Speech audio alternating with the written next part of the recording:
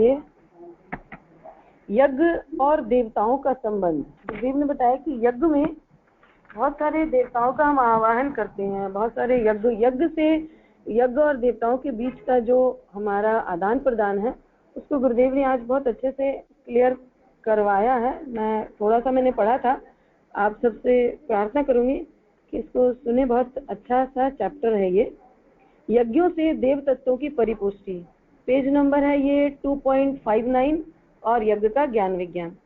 यज्ञों से देव तत्वों की परिपुष्टि। यज्ञ शब्द यज्ञा च यति विच उप्रच रक्षो नड, इस पाणिनि सूत्र से नड प्रयत्न करने पर बनता है और यज्ञ धातु का अर्थ देव पूजन, देव पूजा, संगतिकरण, दान। ऐसा पाणिनीय धातु पाठ में आया है। ये पाणिनीय कोई वो है। अतः देवताओं की पूजा हरि द्वारा देवताओं की अर्चना का नाम ही यज्ञ है। जैसे इस जगत में प्रत्येक राष्ट्र को सुव्यवस्थित करने वाली राजशक्ति विविध रूप में हुआ करती है, उससे प्रजा पर आई व आने वाली आपत्ति को दूर किया जाता है, वैसे ही संपूर्ण भूमंडल को आवश्यक वृष्टि आदि द्वारा सुव्यवस्थित करने वाली परमात्मा की विविध शक्तियों का नाम ही देवता हुआ करता है। जैसे राज्य शक्ति को अनिवार्य कर टैक्स ठीक ठाक प्रयोग न होने से चोरी डाका आदि से प्रजा यदा कदा त्रस्त रहती है, वैसे ही देव शक्ति के यज्ञ आदि के न होने से यज्ञे नष्ट देव नाशः तत् सर्व प्रणश्यति। इस वायु पुराण के कथानुसार जल वायु आदि भूतों पर देव शक्ति के ठीक नियंत्रण न रहने से अतिवृष्टि अनावृष्टि जलापवान आदि प्रजा को संतप्त करने वाली भीषण विपत्तियां हुआ करती हैं, जो आजकल लगातार बारिश के टाइम में नजर आ रही हैं, दिख रही हैं। निरुक्त में यह कहकर यजन देव पूजन हवन आदि का नाम यज्ञ बताया गया है। इसमें देवों का संतर्पण होता है, जिससे वे जल शक्ति अग्नि शक्ति आदि को नियंत्रण में रखते हैं, जिससे इनके कारण प्रजा नष्ट नहीं होती। पर आजकल शासन के धर्मनिरपेक्ष होने से उसमें वेदों तथा यज्ञों का यह महत्व नहीं रहा, जिसमें हमें आए दिन उक्त दैवी विपत्तियों का सामना करना पड़ रहा है। पर यज्ञ याग आदि दैवी कर्म करने से आदि दैविक विपत्तियां न आने से जगत सुख की सांस ले सकता है।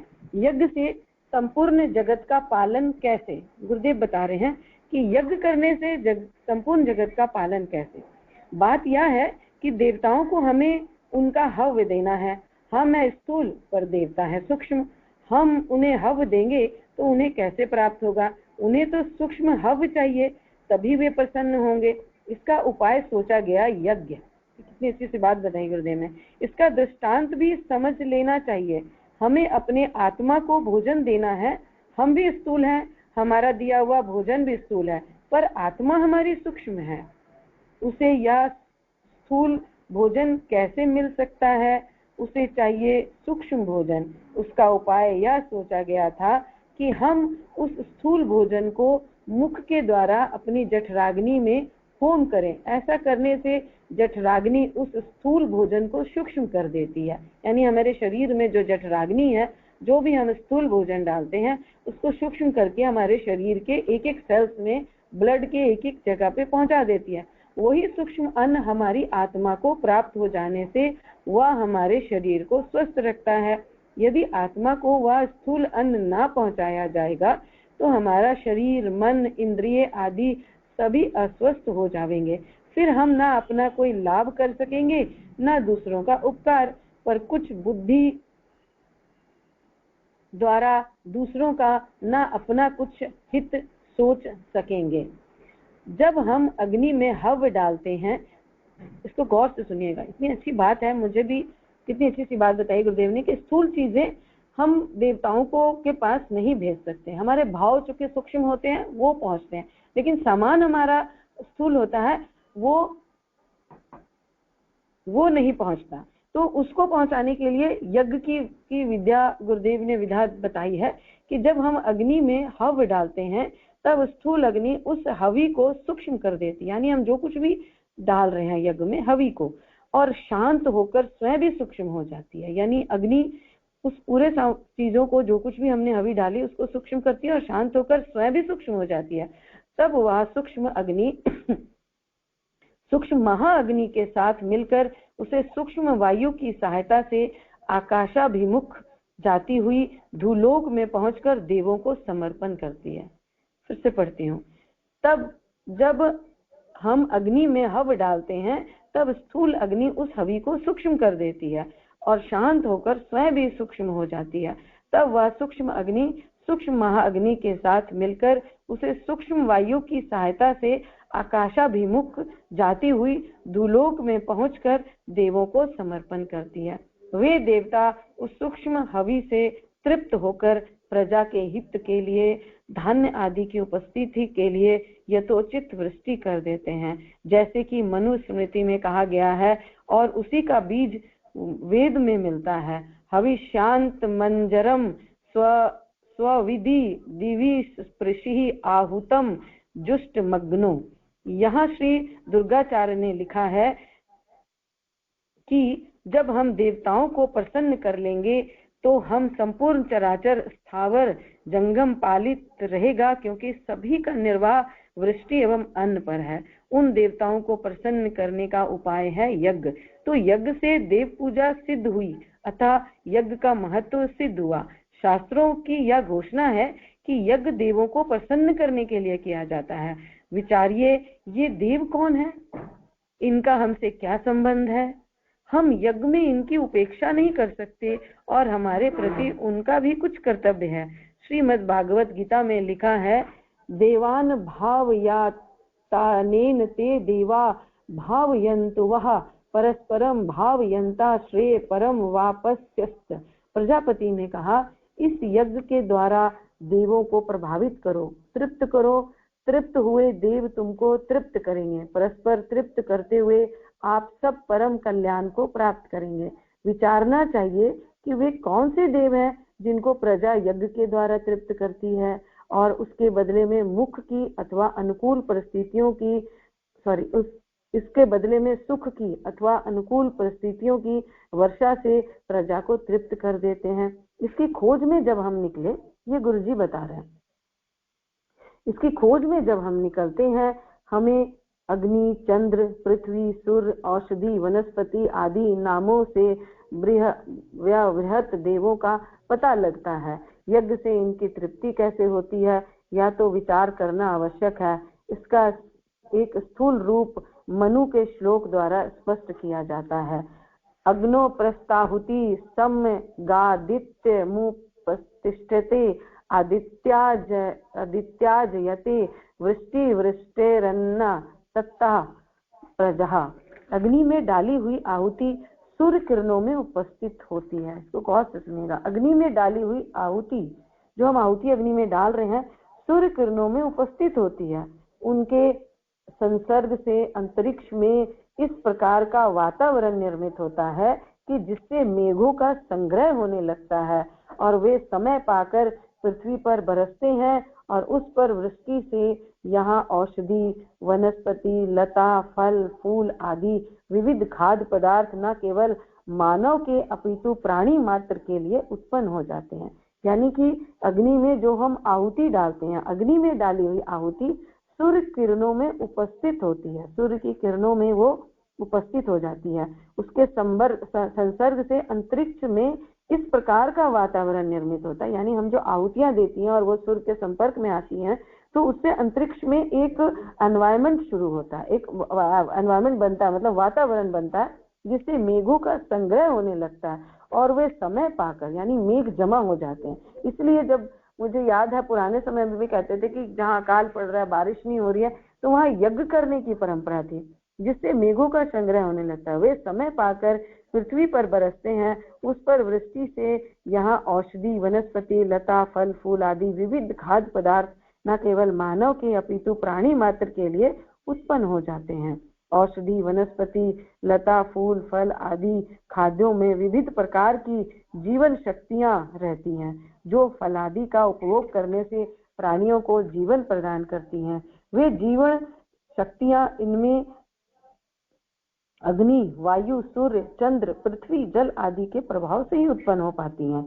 यदि हम यज्ञाग्नि अनुष्ठान करके आज्य एवं अन्य विविध सामग्री को अग्नि के द्वारा उन देवों कर पहुंचाते हैं तो उन जीवित शक्तियों को अधिक और उत्तम रूप से उत्पन्न करने में समर्थ रहते हैं। यही यज्ञ द्वारा देवों की तृप्ति का स्वरूप है। यदि हम यज्ञ नहीं करते तो यह विराट रूप से प्रजापति के जो यज्ञ हो रहा है, सूर्य चंद्र किरणें द्वारा रस वर्षा करते हैं, यानी ये पूरी धरा जो यज्ञ कर रही है, वो सारी चीजें यज्ञ करके हमें पूरी धरा को परिपोषित कर रही है। तो सूर्य चंद्र किरणें द्वारा रस वर्षा करते हैं, ताप पहुंचाते हैं, वायु प्राण संचार करता है, जल अनुकूल रसों को प्रदान करता है, जो अत्यंत सूक्ष्म कीटाणुओं के रूप में अनंत राक्षस या असुर हमारे जीवन को चाट जाने के लिए हमारे चारों ओर मंडराते हैं। ये सब देव मिलकर उन असुरों को ध्वंस करने के लिए बराबर प्रयत्न करते रहते हैं। यानी हमारे जो देव शक्तियां हैं, जो भी पूरी सृष्टि में अग्नि के रूप में, चंद्र के रूप में, वर्षा के रूप में, ताप के रूप में, सूर्य के रूप में, वो हर समय एक खास तरीके के रसों का हमारे को परिपोषण करने के लिए बहुत सारी ताकत का, एनर्जी का और बहुत सारी चीजों का जो वर्षा कर रहे हैं, तो वो राक्षस या असुर हमारे जीवन को जो चाट जाने के लिए चारों तरफ मंडराते हैं, वे सब देव मिलकर उन असुरों को ध्वंस करने के लिए बराबर प्रयत्न करते रहते हैं। पर हमारे द्वारा यज्ञादि रूप में उन्हें सहयोग न मिलने पर दूसरे मलिनता आदि का प्रसार करने वाले कार्यों से असुरों की संख्या में कल्पनातीत वृद्धि हो जाती है। यानी जब हम यज्ञ नहीं करते हैं, हर तरह का यज्ञ, मानसिक यज्ञ, शारीरिक यज्ञ और ये हवन वाला यज्ञ, जो भी यज्ञ, हम जब ये यज्ञ छोड़ देते हैं तो असुरों की संख्या कल्पनातीत, कल्पना से भी आगे वृद्धि हो जाती है, जिससे प्रजा में रोग आदि महामारी के रूप में फैल जाते हैं। प्रजा नष्ट होने लगती है, पर वह इसके आधारभूत कारणों को नहीं समझ पाती और कष्ट उठाती है। ऐसा गुरु जी समझा रहे हैं। यदि हम यज्ञ का बराबर अनुष्ठान करते हैं तो देवों को उससे पुष्ट बनने में पूरा सहयोग प्राप्त होता है। यज्ञ से वायु की शुद्धि का यही अभिप्राय है। केवल वायु पद को उपलक्षण मात्र है, उसका पर्याप्त सभी देवों की शुद्धि अर्थात पुष्टि होने से है। समस्त वातावरण की शुद्धि ही यहाँ अपेक्षित है। इस प्रकार पुष्ट व तृप्त होकर समस्त देव उन असुरों का विनाश करने में पूर्ण समर्थ होते हैं, जिससे हमको दीर्घ जीवन प्राप्त होता है। यह शास्त्रों में स्पष्ट लिखा है कि यज्ञ देवों की खुराक है। हम देवताओं से बहुत कुछ लेते हैं, बहुत कुछ मांगते हैं, बहुत सारी चीजों की डिमांड रखते हैं, और उन देवताओं को भी कुछ, क्योंकि वो देव हैं, वो भी हमारे अंदर भी देव हैं, वो भी देव हमसे, उन्होंने हमें इस धरा पे भेजा है, तो वो हमसे जो अपेक्षा करते हैं जिससे कि वो भी परिपुष्ट हो और परिपुष्ट होकर वो हमें भी परिपुष्ट करें। ऐसा गुरुदेव बता रहे कि यह शास्त्रों में स्पष्ट लिखा है कि यज्ञ देवों की खुराक है। यानी कि हम जब यज्ञ करते हैं तो देवताओं को, इसलिए गुरुदेव ने बड़े यज्ञ, छोटे यज्ञ के साथ साथ अगर कुछ भी नहीं हो सकता है तो बलि वैश्य यज्ञ को करने को कहा है, जो महायज्ञ कहलाता है। शतपथ ब्राह्मण के वाक्य हैं, प्रजापतिर्देवान व्रतीत यज्ञो वोडन्न यज्ञ उ देवानामन्नम। प्रजापति ने देवों को बताया यज्ञ आपका अन्न है। देवों को बताया प्रजापति ने देवों को बताया यज्ञ आपका अन्न है, खाद्य है, यज्ञ देवों का अन्न है। अब यदि हम यज्ञ ना करके देवों को भूखा मरने देंगे तो निश्चय ही असुर बढ़ जाएंगे। मानव रोगी और छिन्न आयु होगा, जो आज सम्मुख स्पष्ट दिख रहा है। यह बात निश्चय है कि देव यज्ञ के द्वारा ही अपने कार्य संपादन करने के लिए शक्ति प्राप्त करते हैं। शतपथ ब्राह्मण में लिखा है, देव अपना जो कुछ कार्य करते हैं वे स्तोम रूप साधन के द्वारा ही करते हैं। स्तोम यज्ञ का नाम है। अच्छा, देव अपना जो कुछ कार्य करते हैं वे स्तोम रूप साधन के द्वारा करते हैं और स्तोम यज्ञ का नाम है। इसलिए यदि यज्ञ के द्वारा ही अपना कार्य करने में समर्थ होते हैं, इसके प्रत्येक व्यक्ति इसका अनुभव कर सकता है कि यज्ञ के द्वारा चारों ओर के वातावरण में कुछ अनुकूल प्रभाव पड़ता है या नहीं। जब अग्नि में आज्य अथवा अन्य उपयोगी शाकल्य द्रव्य आहूत किए जाते हैं, उनके दग्ध होने पर दूर अवस्थित व्यक्ति को विशेष प्रकार की सुगंध का स्पष्ट अनुभव होता है। आहूत द्रव्यों की जीवनोपयोगी शक्तियां अग्नि के द्वारा अति सूक्ष्म अवस्था में परिवर्तित होकर वायु, आपस, पृथ्वी, सूर्य, रश्मि आदि देवों में निहित उन जीवनी शक्तियों में अनुपम स्फूर्ति प्रदान करती हैं, जो खाद्य के रूप में आकर प्राणी मात्र को जीवन प्रदान करती है। बहुत लोग डरते हैं कि यज्ञ में जो घृत आदि दग्ध कर दिया जाता है, यदि उसे किसी व्यक्ति को दे दिया जाए तो वह उसका उपयोग कर ले तो उसका भला हो जाए, उसे व्यर्थ जला देने से क्या लाभ। वस्तुतः ऐसा विचार रखने वाले लोग जानबूझकर अज्ञानी बनते हैं।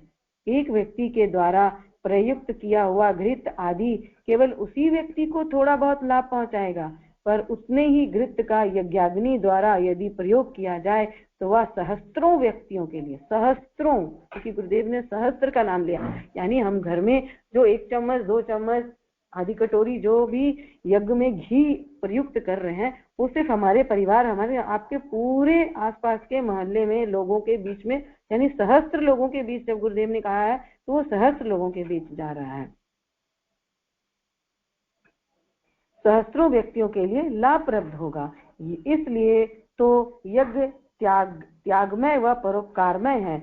इसमें व्यक्ति प्रत्येक की सेवा की भावना निहित रहती है। यज्ञाग्नि में प्रदत्त एक आहुति सूक्ष्म होकर देवों में अनंत जीवन शक्तियों को स्फूर्ति प्रदान करती है। यज्ञाग्नि में प्रदत्त एक आहुति सूक्ष्म होकर देवों में अनंत जीवन शक्तियों को स्फूर्ति प्रदान करती है, जिनका लाभ सहस्राधिक व्यक्तियों को पहुंचने वाला होता है। यज्ञ संबंधी इन भावनाओं को लेकर शतपथ ब्राह्मण में कुछ संदर्भ लिखे हैं जो इन अर्थों पर सुंदर प्रकाश डालते हैं। असुरों ने उन समस्त औषधियों को मारक तत्व अथवा विष से मानव लिप्त कर दिया। इसका उपयोग कर समस्त मानव व पशु अपना जीवन निर्वाह करते हैं। ऐसा करके उन्होंने यह सोचा कि इस प्रकार हम देवों को परास्त कर लेंगे। इससे मुझे एक बात याद आई, पता नहीं इससे रिलेट है कि नहीं।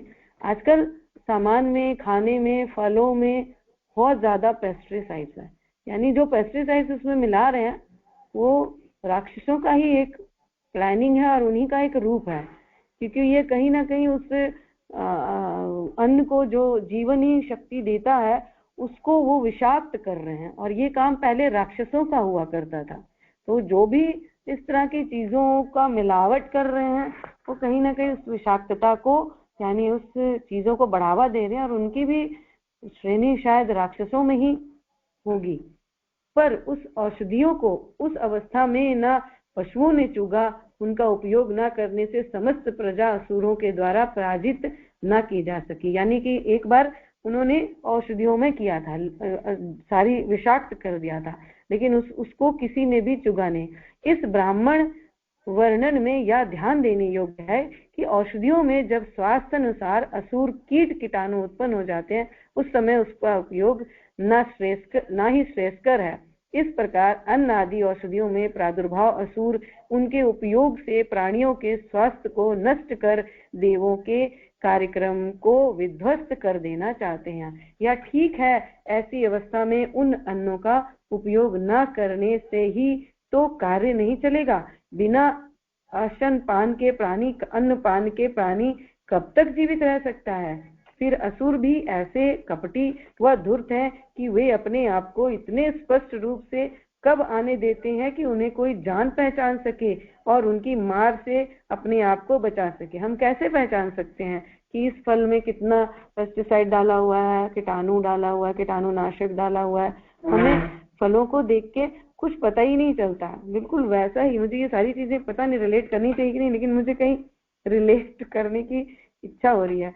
फिर असुर भी ऐसी कपटी व धूर्त हैं कि वे अपने आप को इतने स्पष्ट रूप से कब आने देते हैं कि उन्हें कोई जान पहचान सके, उनकी मार से आपको बचा सके। इसलिए असुरों को प्रायः छद्मवेशी कहा जाता है। वे लुक छिप कर आते हैं और देवों को चक्कर में डालकर परेशान करते हैं।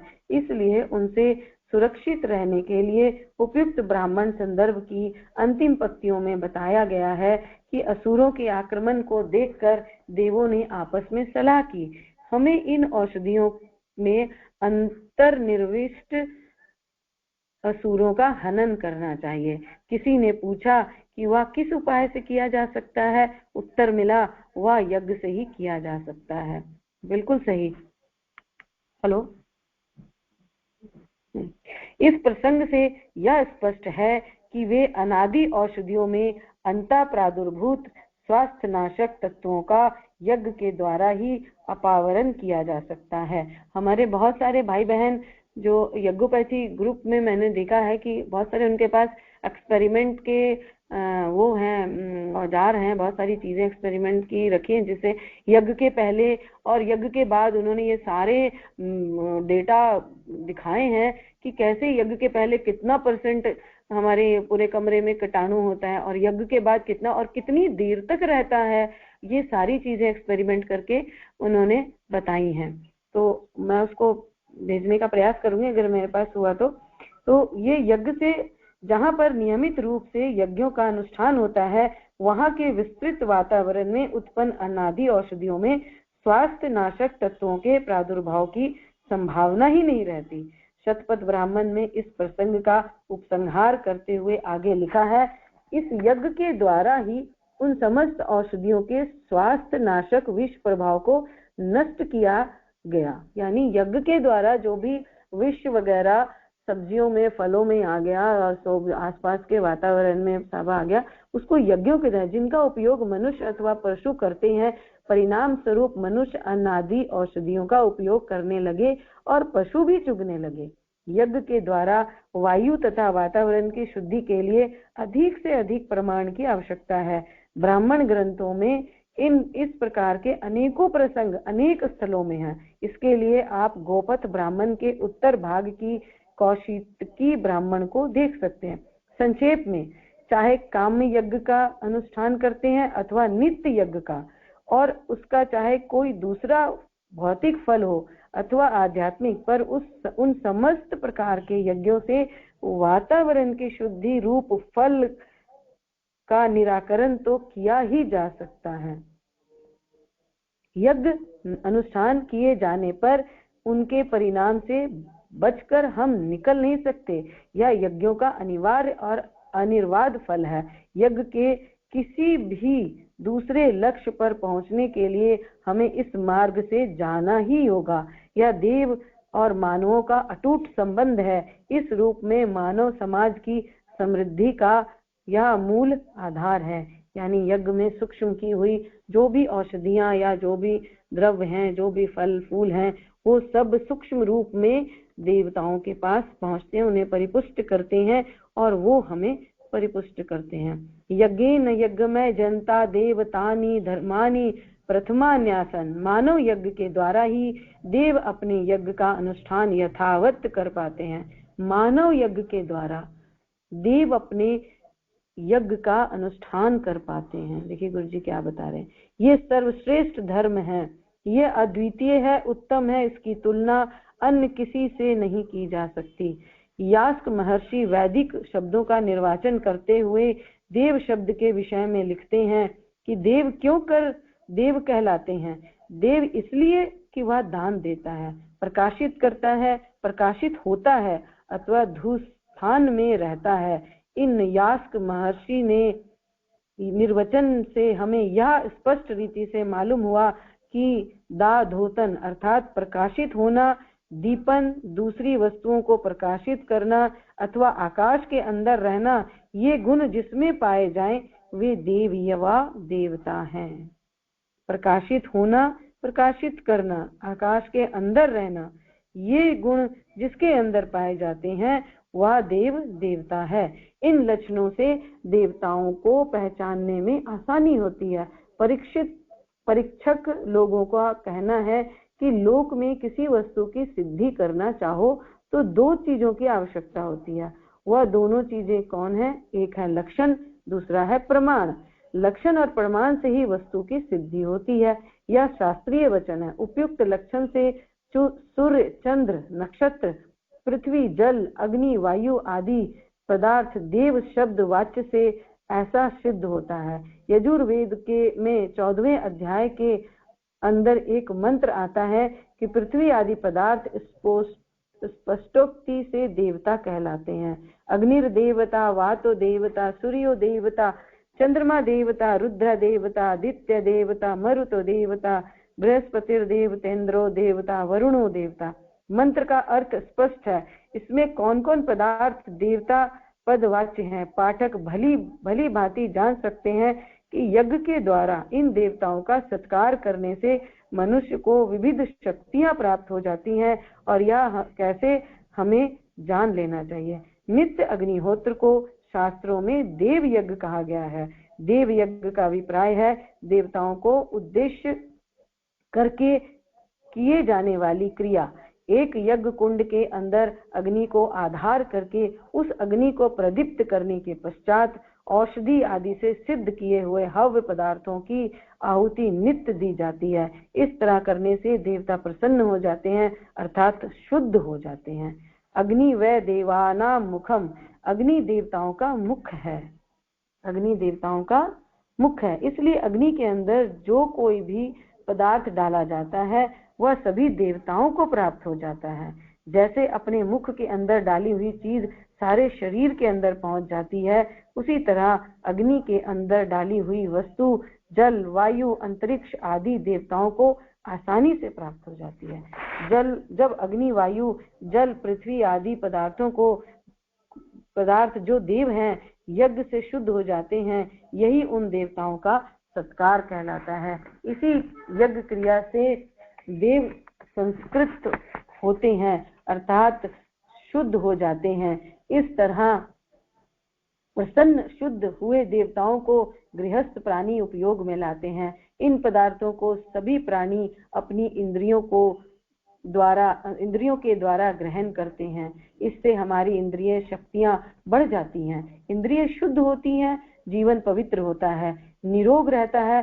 शुद्ध और पवित्र अन्न जल के प्रयोग से जो हमारे शरीर के अंग बनते हैं वह भी पवित्र होते हैं। यदन्न तन्न मन्नहा, जैसा अन्न वैसा ही मन होता जाता है। इंद्रियों को शक्ति प्राप्त होना, मन शुद्ध और पवित्र बनाना, क्या शक्ति का मिलना नहीं? इससे बढ़कर शक्ति कौन सी होती है? मनुष्य शुद्ध मन से ना जाने क्या क्या कार्य साध सकता है।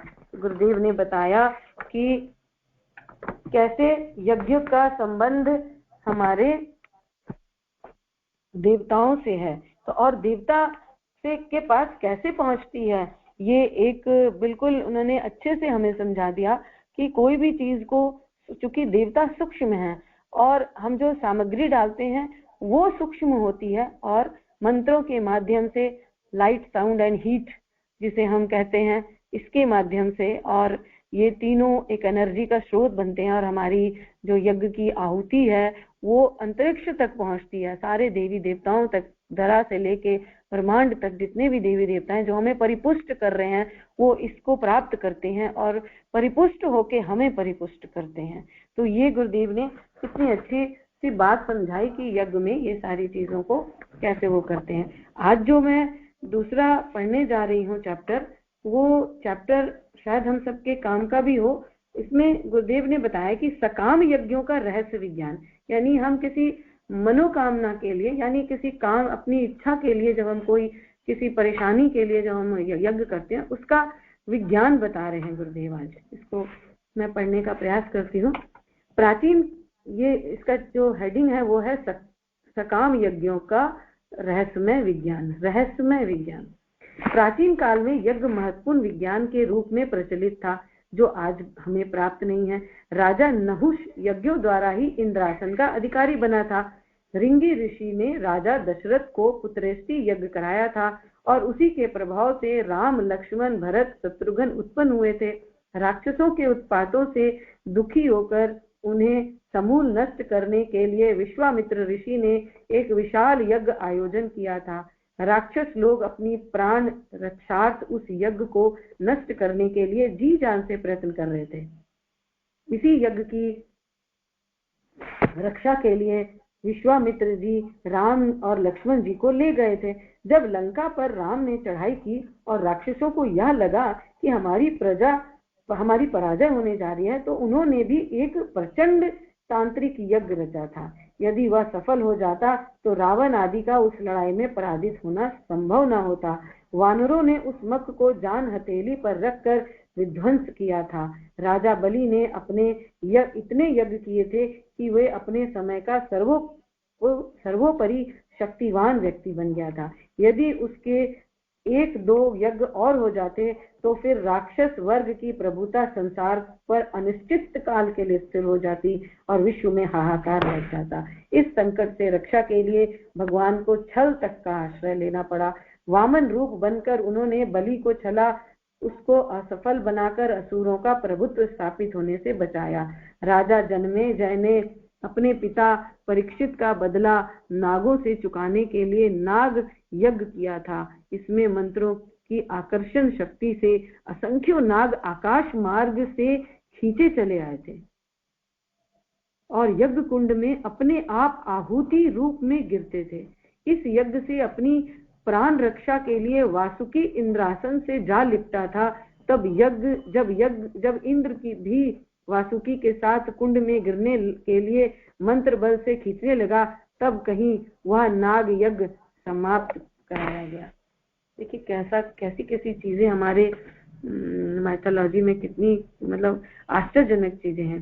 राजा द्रुपद ने द्रोणाचार्य को मारने के लिए एक ऐसे बलिष्ठ पुत्र की कामना की थी जो उनसे अधिक बलवान तथा शस्त्र विद्या का ज्ञाता हो। ऐसा पुत्र प्राप्त करने के लिए उन्होंने यज्ञ कराया। यज्ञ के अंत में जब पुत्रोत्पादक पुरोडाश यानी खीर बनकर तैयार हुई, जो अत्यंत स्वल्प काल में उसे खाने के लिए नियत था, उस समय दुर्भाग्यवश रानी जूठे मुंह थी। मुहूर्त व्यतीत होता देख यज्ञकर्ता ने उस खीर को यज्ञ कुंड में ही पटक दिया और उसी समय धृष्टद्युम्न और द्रौपदी यज्ञ कुंड में से निकले और अंत में उन्हीं से द्रोणाचार्य की मृत्यु हुई।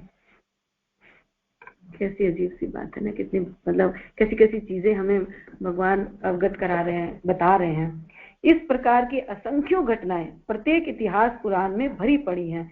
स्वयं भगवान ने अपने 24 अवतारों में एक अवतार यज्ञ पुरुष का धारण किया है। यज्ञों की महिमा यानी जितने 24 अवतार हैं उसमें से एक अवतार यज्ञ पुरुष है।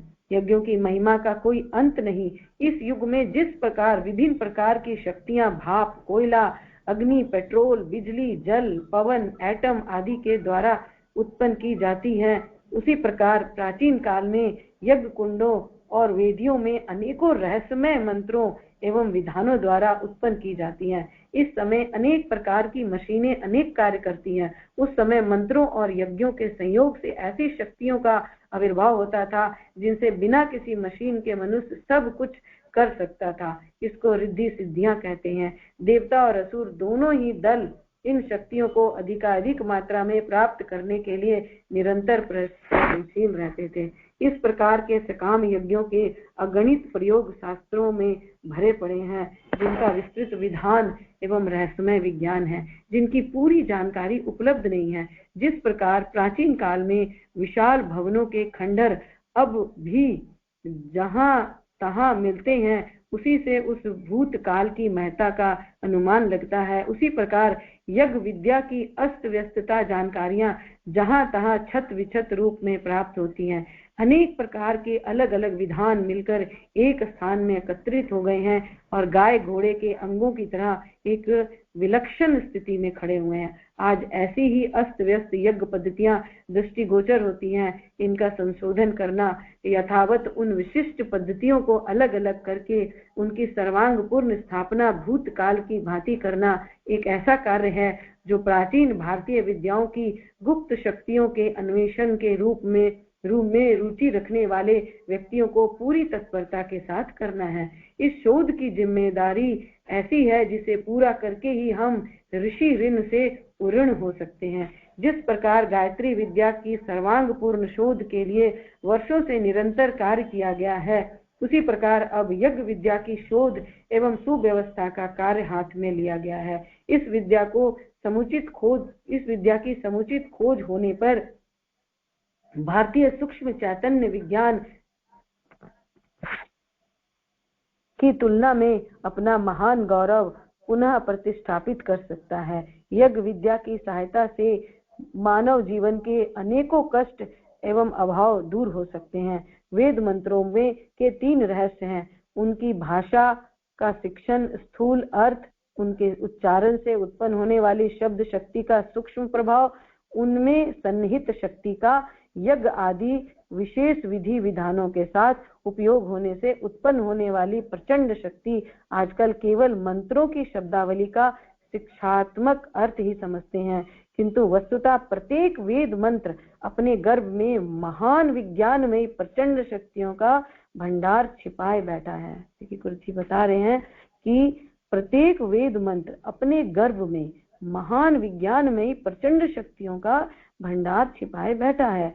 जो तत्वदर्शी ऋषि इन मंत्रों की शक्ति से परिचित हैं, वे आगम और निगम सबके पारदर्शी हो जाते हैं।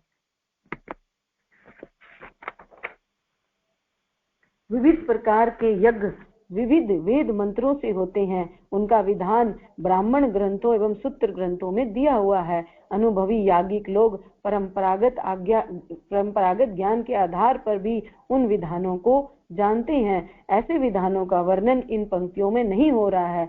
उनकी पद्धतियां एवं जानकारियां तो धीरे धीरे उपस्थित की जाती रहेंगी। इस समय तो गायत्री महामंत्र तथा उससे संबंधित देव गायत्रियों के द्वारा होने वाले कुछ हवनों का उल्लेख किया जा रहा है।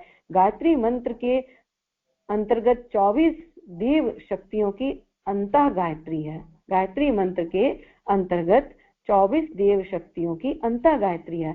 इन अंतः गायत्रियों का भी उपयोग होता है। देव गायत्री द्वारा सकाम यज्ञों का सर्वांगपूर्ण सुनिश्चित विधान जब उपलब्ध न हो, तब तक अपूर्ण प्रयोगों से भी बहुत हद तक लाभ उठाया जा सकता है। नीचे कुछ ऐसे प्रयोग दिए जा रहे हैं जो यद्यपि अपूर्ण है, फिर भी इसके द्वारा अनेक प्रकार आशाजनक परिणाम उपस्थित होते देखे गए हैं। यानी गुरुदेव अलग अलग मंत्रों में क्या क्या चीजें डालनी है उसके बारे में अब गुरुदेव बताएंगे। तो या तो नेक्स्ट पढ़ो। देव गायत्रियों को स्वाहाकार के साथ कुछ विशेष प्रयोजनों में अमुक हवन सामग्री तथा अमुक संविधाओं का वर्णन है। यह प्रयोग बहुत सरल दिखते हैं, पर वस्तुतः उतने सरल है नहीं। किस व्यक्ति को किस प्रयोजन के लिए किस स्थिति में होम करना है, उसे उसी के अनुसार अमुक मुहूर्त में अमुक नियम पालन करते हुए अमुक मंत्रों द्वारा अमुक वृक्ष के अमुक भाग की अमुक प्रकार की संविधाएं लानी होंगी और उनको विशेष मार्जनों, सिंचनों, अभिषेकों के साथ परिशोधन, शक्ति वर्धन, प्रमाणीकरण किया जाता है। तब वे संविधाएं अपना प्रयोजन भली प्रकार पूर्ण करती हैं।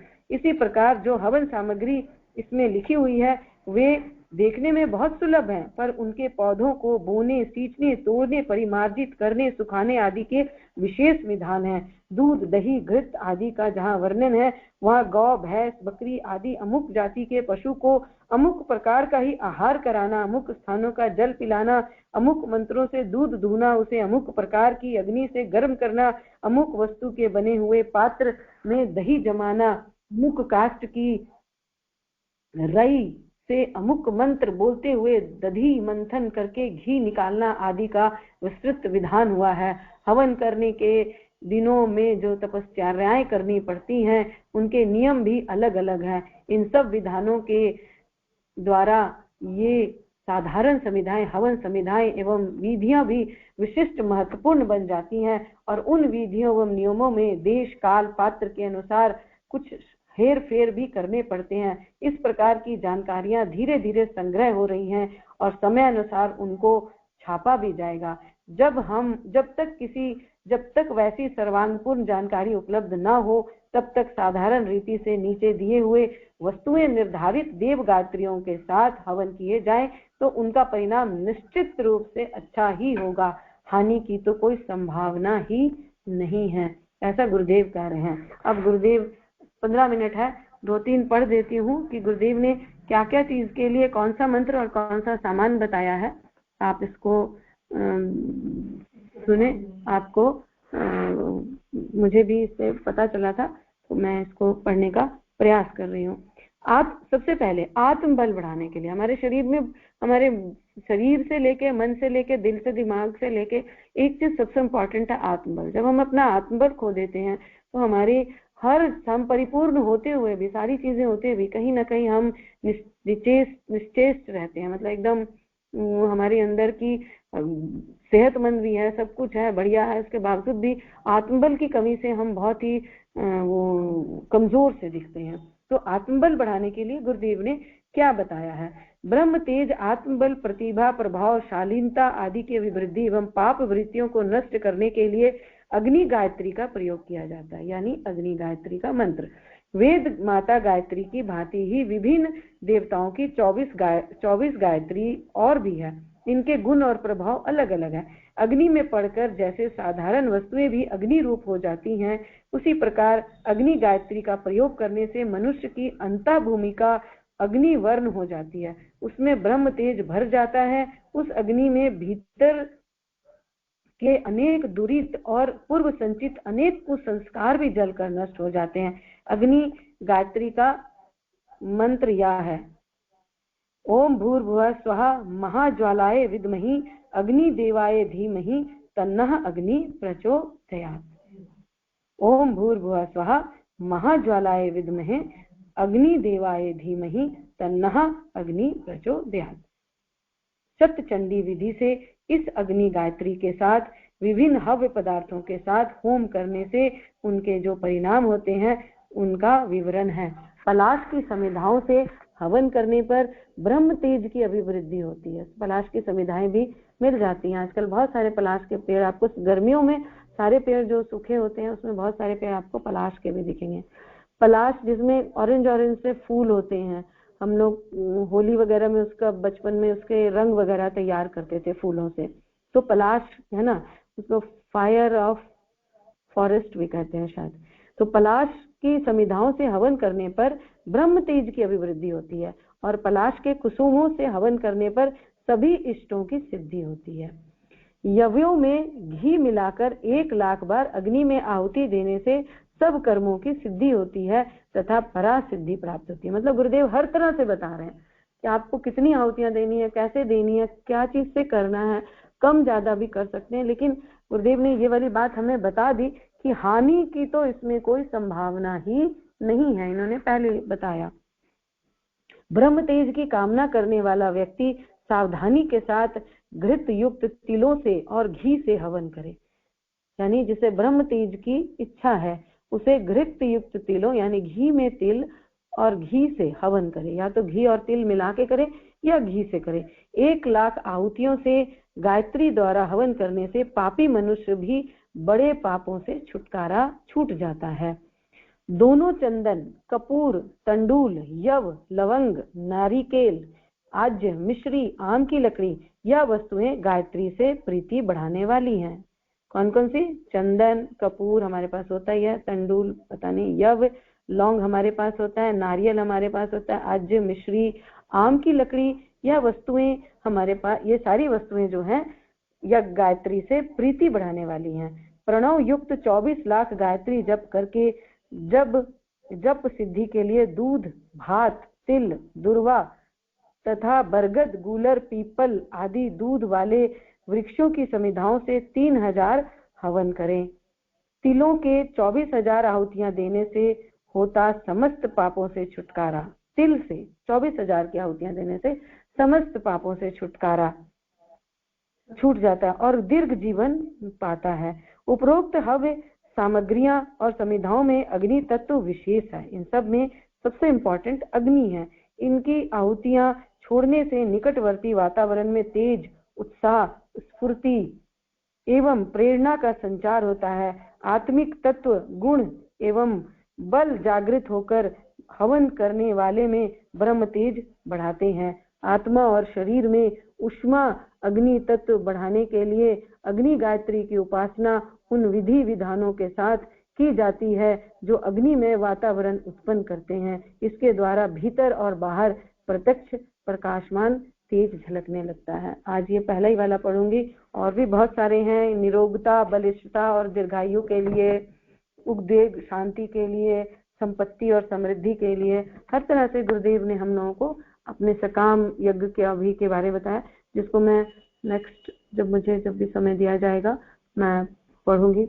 और गुरुदेव को बहुत सारा धन्यवाद, आप सबको बहुत सारा धन्यवाद, आप सबने इसको सुना। और मैं फिर से आप सबसे प्रार्थना करूंगी कि ये बुक यज्ञ का ज्ञान विज्ञान 3 जो भी है, यज्ञ का ज्ञान विज्ञान 3 से 3.28 से लेके आप इसको पूरा पढ़ें आगे तक। इसमें बहुत सारी जानकारियां हैं। मेरे पढ़ने के बाद भी आप अगर इसको दोहराएंगे तो आपको और शायद और भी समझ आएगा। मैं उतने अच्छे से समझा नहीं पाई। तो सभी को धन्यवाद।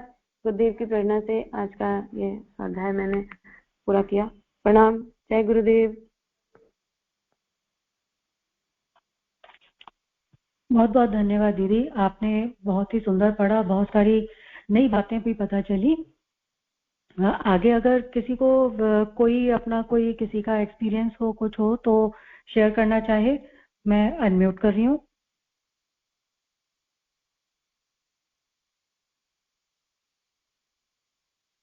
हाँ, अपना अनम्यूट करके बोल सकते हैं, और नहीं तो फिर अनामिका दीदी आप आहुति के साथ आज के स्वाध्याय का समापन कर दीजिएगा।